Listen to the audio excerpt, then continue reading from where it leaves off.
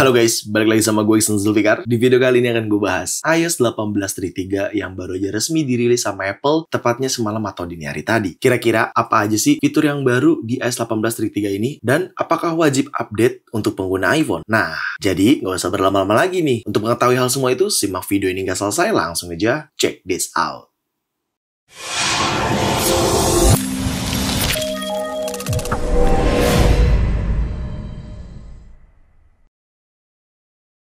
Ya, akhirnya dirilis juga iOS 18.3 sama Apple. Setelah tahap terakhir itu RC version ya, di video sebelumnya udah gue bahas. Karena tahapan betanya cuma dari beta 1, beta 2, beta 3 gitu ya. Dan akhirnya dirilis juga nih sama Apple iOS 18.3-nya. Sebelum gue jelasin panjang lebar nih cuy, gue mau reminder dulu buat lu semua yang tidak menggunakan beta program. Setelah diupdate iOS 18.3-nya, untuk di force restart iPhone-nya terlebih dahulu. Cara force restart adalah tekan volume atas, dilanjut tekan volume bawah, dilepas, lalu dilanjut tekan dan tahan tombol power hingga muncul logo Apple-nya baru dilepas. Itu namanya force restart. Dan dicek juga nih version update aplikasi pihak ketiga di App Store kalian. Ya, caranya kalian tinggal pergi ke App Store. Di aplikasi App Store kalian tinggal pilih sudut kanan atas dan kalian refresh saja, maka akan ada updatean seperti ini. Jadi gue saranin untuk di-update terlebih dahulu karena biar penyesuaian juga cuy terkait iOS terbarunya kayak gitu. Dan untuk teman-teman yang pengguna beta program nih, kalau masih bingung, bang, gue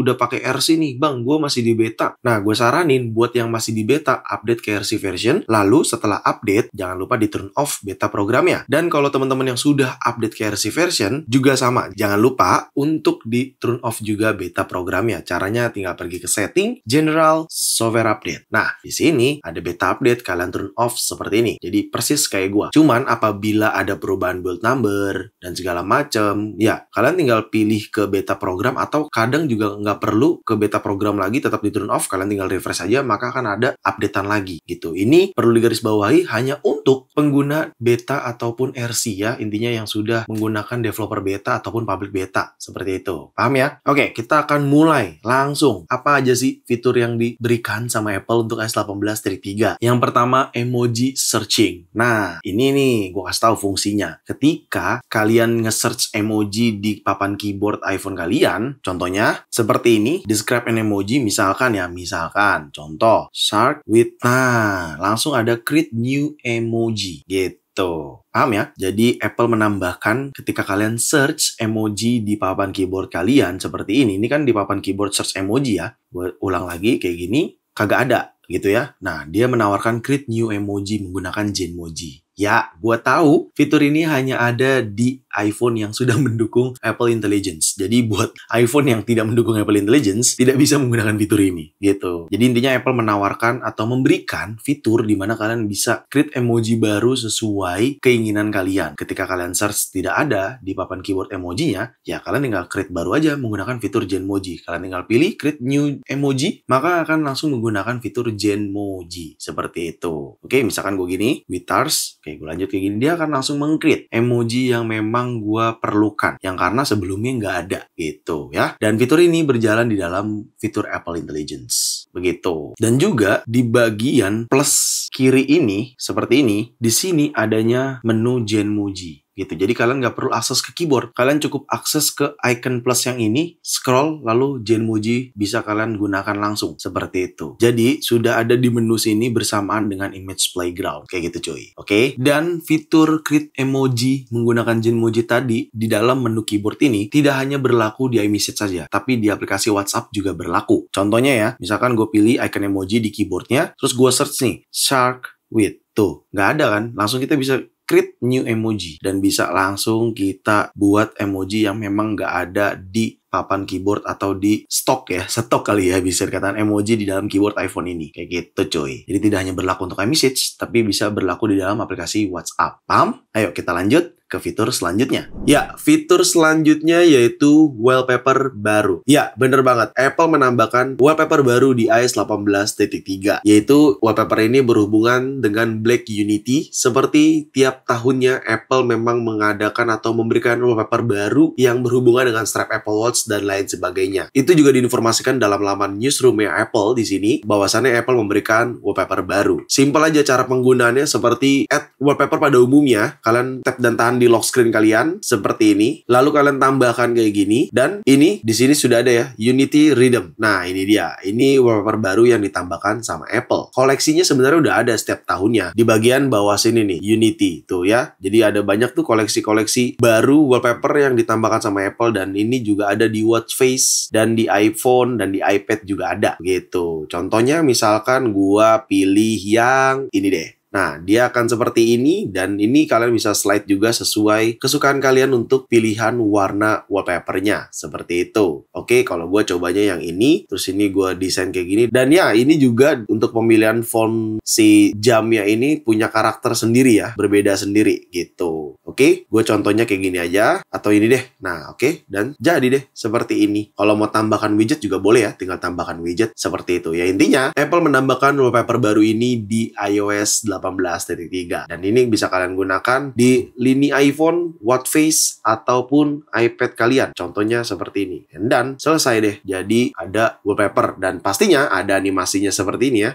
Tuh. Jadi wallpaper itu seperti dynamic gitu. Oke, bagus kan? Lucu, jadi biar kalian juga nggak bosen juga. Seperti itu. Kita next ke fitur selanjutnya. Fitur selanjutnya, desain icon kamera kontrol di accessibility itu di redesign. Jadi kalau misalkan kalian perhatikan di aplikasi setting, terus kalian pilih menu accessibility di sini, lalu kalian scroll ke bawah, maka akan ada menu kamera kontrol. Dan ini iconnya di redesign hampir mirip seperti side button, tapi beda posisi aja ya. Kalau kalian perhatikan nih, dua icon ini nih, di redesign ikonnya di menu accessibility seperti itu ya. Tapi tidak hanya sampai situ aja cuy. Terkait fitur pada kamera kontrol di iPhone 16 series itu kan adanya fitur visual intelligence, di mana fitur tersebut lagi-lagi ada di dalam Apple Intelligence. Ya, adanya peningkatan terkait visual intelligence yang ditambahkan sama Apple ketika kalian menggunakan fitur visual intelligence, dia akan dapat mentranslate dan men-scan teks juga gitu ya yang ada di depan objeknya. Gue contohkan seperti ini, tap dan tahan di kamera kontrol, maka akan berjalan visual intelligence-nya kayak gini. Gue akan coba ambil sebuah gambar ya. Ya, ini udah ada objeknya nih. Udah ada objeknya, jadi kita langsung aja ambil gambarnya, atau menggunakan visual intelligence, kita pencet aja, dia akan langsung men-scan di depannya. Nah, seperti ini. Tuh, lo bisa perhatikan ada translate, ada langsung data jalannya atau data di dalam objeknya. Misalkan ada nama jalan gitu ya, dan di sini ada menu tambahan lagi tuh terkait detail yang ada di depannya. Ini teksnya ya. Jadi teksnya tuh bisa kalian translate juga, dan kalian bisa menanyakan juga di sini untuk menggunakan fitur ChatGPT atau visual intelligence-nya. Jadi kalau kita pilih Ask, dia akan langsung menanyakan ChatGPT seperti ini. Dan ini bekerja langsung karena sudah terintegrasi kayak gini. Jika kalian tidak ingin menanyakan ChatGPT, tapi kalian ingin tahu isi datanya secara teks, ya seperti tadi gue gunakan, kayak gini misalkan nih, kita langsung pencet aja, dan dia akan langsung meng-scan yang ada di depannya. Maka kalian bisa translate juga di sini, teksnya ya, ada banyak ya, jadi dia bisa scan teks tuh, dan dia bisa langsung translate, kayak gini, jadi dia langsung ada translate-nya, kayak gitu ya. Jadi ini translate, kalian tap seperti ini, maka dia langsung berjalan. Dan kalian bisa ganti bahasanya jika memang tidak sesuai, gitu. Oke, kayak gini, seperti itu cuy. Jadi adanya tambahan peningkatan terkait fitur visual intelligence yang ada di iPhone 16 series tentunya karena berhubungan sama kamera kontrol. Oke, tapi cuy, tidak sampai situ doang nih. Terkait kamera kontrol ini, ada tambahan settingan baru di kamera kontrol. Jadi kalian kalau misalkan punya iPhone 16 series, kalian tinggal pergi ke settings, lalu pilih kamera, dan di sini ada kamera kontrol. Nah, di bagian sini lock, focus, and exposure ini ditambahkan sama Apple. Jadi ketika kalian ini aktifkan, kalian bisa menggunakan kamera kontrol untuk lock dan fokusin objeknya. Gue contohkan seperti ini, kita buka aplikasi kamera menggunakan kamera kontrol. Oke, ini di dalam aplikasi kamera, ini ada objek tangan gua. Kalian tinggal press and hold kamera kontrolnya kayak gini. Nah, dia akan langsung menggunakan fokus dan exposure itu untuk ngunci ya, ngunci exposure sama ngunci fokusnya kayak gitu. Oke, paham ya? Gue ulang ya. Misalkan gua close ini, terus kita buka aplikasi kameranya menggunakan kamera kontrol kayak gini. Terus kalian tinggal press dan hold kamera kontrolnya kayak gini, dan dia akan langsung lihat tuh mengaktifkan atau mengunci fokus ya. Gue ulang lagi, press and hold, dan dia langsung mengunci fokusnya tuh ya. Paham ya? Ulang lagi, tuh, kayak gitu. Tinggal di press dan tahan kamera kontrolnya untuk membuat fokus objeknya dan exposure-nya. Seperti itu. Fitur ini kalian bisa gunakan dan jangan lupa untuk diaktifkan terlebih dahulu. Kayak gitu. Yuk, kita lanjut ke fitur selanjutnya. Fitur selanjutnya di dalam control center seperti ini. Sebenarnya ada redesign sedikit terkait control center ya. Jadi kalau misalkan kalian tap dan tahan control center kayak gini, ini gue delete dulu. Terus gue add control, lalu kalian scroll. Nah, ini dia yang diredesign sama Apple, yaitu Siri-nya. Tuh, jadi bisa tap to Siri dan ikonnya seperti itu. Kayak gitu, oke? Dan tidak hanya itu juga yang diredesign sama Apple, diredesign juga icon eye tracking di fitur accessibility. Jadi kalau kalian mau tahu, kalian tinggal pergi ke setting, terus pilih accessibility, lalu kalian scroll di sini adanya eye tracking dan ini diredesign sama Apple. Tuh, ya. Dan sudah bisa mendukung dark mode juga ya. Kayak gitu coy, oke? Selanjutnya peningkatan terkait image playground nih untuk membuat karakter dengan AI atau Apple Intelligence dari Apple. Jadi ini juga ada peningkatan menurut gua dan udah gua cobain juga. Gua pribadi juga sudah mencoba ketika gua edit juga ini udah ada peningkatan banget ya. Kita tap dan aja dan dia langsung berjalan juga. Intinya ada peningkatan. Peningkatannya di mana sih? Ya peningkatannya sesuai apa yang kita inginkan tuh jauh lebih presisi gitu, jauh lebih tepat gitu ya. Dan cukup lumayan juga untuk reload selanjutnya tuh lu bisa perhatiin untuk generate selanjutnya nextnya tuh dia cepat juga menurut gua dan ini ada peningkatan banget di image playground untuk fitur Apple Intelligence meskipun pada akhirnya gua nggak terlalu menggunakan tapi jujur sometimes ini jadi hal yang dibutuhkan ketika kita memang memerlukan gambar yang lebih bagus digunakan untuk menggunakan Apple Intelligence ya ini fiturnya gitu. Misalkan ini gue cancel dan ini gue coba yang ini juga kita edit juga and again dia juga bisa lebih baik dan ada peningkatan. Menurut gue ini jauh lebih baik dan ada peningkatan sih. Tuh. Oke, seperti itu. Lalu ada peningkatan di mana lagi? Peningkatannya ada di bagian aplikasi App Store tentunya ketika kalian searching game, aplikasi dan lain sebagainya ini jauh lebih baik lagi karena peningkatan di App Store ini cukup signifikan menurut gua untuk kita gunakan ketika kita lagi mencari aplikasi atau games yang kita butuhkan. Kayak gitu ya. Selanjutnya sebagai informasi aja terkait fitur Genmoji di macOS juga sudah mendukung ya karena macOS sebelumnya tidak mendukung Genmoji di macOS 15.2 tuh belum ada. Jadi di macOS 15.3 itu sudah mendukung fitur Genmoji kayak gitu ya. Lalu ada juga terkait peningkatan Summarize. Ada fitur tambahan juga yang ditambahin sama Apple meskipun nggak terlalu signifikan banget sih fiturnya menurut gua karena ini lagi-lagi berhubungan sama fitur Apple Intelligence. Summarize ini ya atau summary ya disebutnya ya. Jadi kalau misalkan gue contohkan, so lu bisa perhatiin di sini nih ada summary notifikasi ketika gue slide kayak gini, terus gue pilih option, ya di sini ada view setting juga, ada konfigurasi di Instagram dan yang penting turn off Instagram Summarize. Jadi Apple menambahkan fitur turn off Instagram Summarize yang buat kalian tidak membutuhkan si summary ini. Kalau gue sih butuh-butuh aja ya. Jadi ya gue diemin aja, biarin karena sometimes penting juga sih di summary kayak gini notifikasi.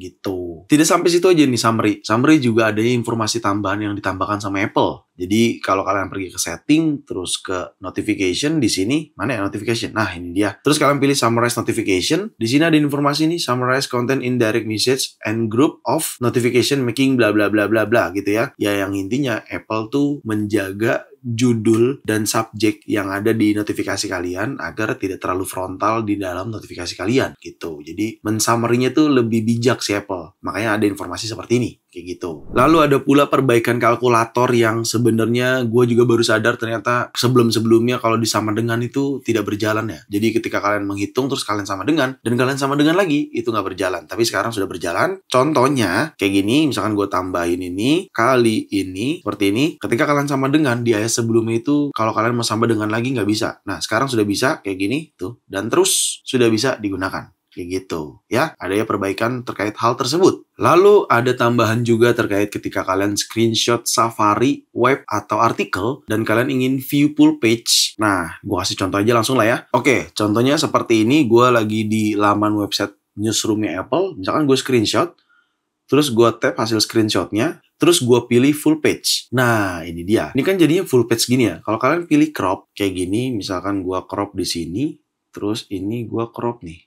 Contoh aja ya, kayak gini. Oke, ketika kalian ingin tap done, dia akan notifikasi seperti ini. The crop content is not removed from the PDF. Bla bla bla bla bla bla. Ya intinya Apple memberikan informasi ini agar kalian bisa sadar kalau misalkan kalian screenshot dan kalian crop kayak gini akan ada hal seperti ini dan memang berhubungan sama PDF filenya seperti itu. Lalu ada pula peningkatan improvement terkait analitik ya. Jadi buat lo semua yang memang mengaktifkan analitik improvement Apple, itu ada peningkatan agar Apple bisa lebih tahu lagi gejala-gejala bug yang kalian gunakan gitu ya. Jadi kalau kalian pergi ke setting, terus privacy security, lalu kalian scroll ke bawah, kalian pilih analytic and improvement. Nah, hal-hal ini nih semua ada peningkatan sama Apple. Tapi kalau kalian nggak perlu, kalian disable aja. Ini lumayan nguras baterai juga dan ini nggak terlalu penting buat kalian yang memang tidak berhubungan sama bug yang ada di iPhone kalian gitu ya. Jadi gue saranin ini nggak usah kalian aktifkan semua. Kalau gue beda kebutuhannya, jadi gue aktifkan. Seperti itu ya. Ya, selanjutnya terkait perpindahan lensa kamera nih di iOS 18.3. Ya, sebenarnya gue udah tahu sih jawabannya. Cuman gue ngerasa bingung juga ya. Ini beneran gara-gara bug jadi nggak smooth antara lensa 0,5 ke kali 1 atau memang seperti ini? Karena ya udahlah, kita langsung cobain aja ya. Oke, gue buka aplikasi kamera dan di sini lu perhatiin ini di menu video. Ini di menu video dan ini sengaja gue deketin agak tinggi biar objeknya agak jauh. Nah, seperti ini deh, biar objeknya agak jauh kayak gini. Kita coba kali 1 dulu tanpa di record. Oke, ini kali 1, kali 2, kali 5. Ya, dan ini gue menggunakan di iPhone 16 Pro ya. Jadi langsung kali 5, kayak gini lu perhatiin. Dan kalau misalkan gue pindah ke kali 1 normal. Smooth aja perpindahannya. Nih, perpindahan lensa di sini ya. Dan kalau misalkan gue coba nih, 0,5 ke kali 5, normal cuy. Normal. Nggak ada patah-patahnya, smooth banget tuh. 0,5 ke kali 2 juga smooth tuh. Aman sih menurut gua. Tapi kalau 0,5 ke kali 1 jedak gitu. Jedak tuh. Jedak gitu tuh. Tapi memang gue inget dulu tuh atau beberapa bulan lalu tuh sempet lancar ini perpindahan ini tuh. Nah, kalau ini terkesan lancar bukan karena gimana-gimana ya, karena fitur makronya aktif nih. Tuh lu perhatiin deh. Tapi kalau misalkan ini gue disable, kita coba 0,5 ke kali 1, jedak. Tuh. Jedak tuh ya kan. Tapi kalau makronya kita aktifin, 0,5 ke kali 1, aman, smooth. Tapi ini kan kalau ada objek. Kalau misalkan pengambilan footage videonya di depannya tuh nggak ada objek, alias landscape aja gitu ya. Contoh nih kayak gini. Ini kan nggak ada objek dekat ya, nggak ada objek makro lah ya. Tuh, kalau ini kan makronya berjalan karena ada objek yang terlalu dekat jadinya makro videografi gitu ya. Tapi jika tidak ada objek yang terlalu dekat alias video landscape, ini tuh tidak bisa berjalan gitu. Maksudnya ini jadi jedak gini gitu. Dan ini gue bingung nih. Ini memang kayak gini atau ngebug sih sebenarnya gitu ya. Takutnya gue juga ada lupanya nih cuy, ada salahnya gitu. Coba deh teman-teman di sini yang pengguna iPhone 15 series hingga 16 series dan merasakan hal ini, coba komen di bawah deh. Perpindahan lensa ini kenapa gue sebut cuman iPhone 15 series dan 16 series? Karena memang yang perpindahannya lensa smooth itu di iPhone tersebut. Di bawah iPhone tersebut atau di bawah iPhone 15 series itu memang tidak sesmooth iPhone 15 series dan 16 series gitu. Jadi perlu digarisbawahi ya. Kayak gitu cuy. Dan ini gue coba objeknya gue jauhin lagi biar nggak ada yang terlalu deket sama lensa gitu ya. Udah gue coba otak-atik terkait resolusi. Misalkan gue pindah ke 1080p, tetap aja 0,5 kali 1 jedak tuh. Oke, gue naikin FPS-nya ke 120. Ya cuman kali 1 kali 2 gitu. Balik lagi ke 4K, gue turunin FPS-nya ke 24, 0,5 kali 1. Tetap aja jedak tuh. Terus gue naikin FPS-nya ke 30. Sama tuh. Di 4K ya. Gue naikin lagi ke 60. Masih sama gitu cuy. I don't know nih masalahnya di mana, gue masih mempertanyakan. Tapi ya tadi trik-trik yang gue cobain yaitu terkait makro videografi ini. Ketika fitur ini aktif 0,5 ke kali 1 dia aman. Tapi kan karena ini depannya ada objek atau ada objek yang dekat sama si lensa. Makanya fitur makro videografinya aktif. Kalau misalkan nggak ada objek atau makro videografinya ini tidak aktif, ya sama aja. Cuman anehnya 0,5 ke kali 5 normal. 0,5 ke kali 2 normal. Tuh. Normal. Ya Allah. Tapi intinya seperti itu, sedikit informasi buat teman-teman semua. Harapannya ya semoga kedepannya akan jauh lebih baik lagi terkait perpindahan lensa antara 0,5 ke kali 1. Kayak gitu ya. Ya, itu tadi adalah isi dari iOS 18.3. Fitur-fiturnya, peningkatannya, perbaikannya. Meskipun gue jadi berkecil hati karena perpindahan lensa masih sama aja seperti sebelumnya. Tapi bikin gue bingung apakah memang seperti itu terkait perpindahan lensa 0,5 ke kali 1 atau memang ngebug. Nah, itu sampai saat ini, kalau boleh jujur, gue masih mencari tahu, gitu. Tapi intinya, cuman itu aja terkait isi dari iOS 18.3 dan fitur-fiturnya, perbaikannya, dan peningkatan-peningkatannya. Lantas, pertanyaan terakhir. Apakah wajib update iOS 18.3? Gue pribadi sih jujur wajib update. Tapi kalau misalkan teman-teman memang masih mau nanti-nanti nunggu 3 hari atau nunggu 1 minggu kemudian, ya silakan aja, nggak masalah gitu. Itu hak kalian juga, gue nggak memaksa. Tapi memang rekomendasi dari Apple ataupun gue sendiri menyarankan untuk selalu up to date iOS gitu. Tapi gue serahkan lagi ke kalian lah. Wajib update atau tidaknya tanda tanya, balik lagi ke masing-masing. Kalau kalian juga merasa wajib, kalian update. Tapi kalau kalian merasa nggak terlalu wajib, nanti-nanti aja, ya nggak masalah juga gitu. Jadi jawabannya masing-masing, tergantung pilihannya kalian gitu. Kalau gue pribadi sih pastinya auto update sih, atau update iOS ke paling terbaru. Seperti itu ya. Ya, gue rasa cukup video terkait iOS 18.3 yang sudah dirilis resmi sama Apple. Tadi udah gue jelasin semua fitur-fiturnya dan peningkatannya dan perbaikannya. Gue harap buat teman-teman jadi terbantu dengan adanya video ini. Jadi, segitu aja video kali ini. Semoga sangat bermanfaat buat teman-teman semua. Jangan lupa untuk like video ini, share video ini ke sosial media kalian, ke grup WhatsApp, ke grup TikTok, ke grup apapun. Kalian share aja sebanyak-banyaknya dan pastikan kalian mendukung channel ini dengan cara subscribe channel ini. So, see you next video. Bye-bye.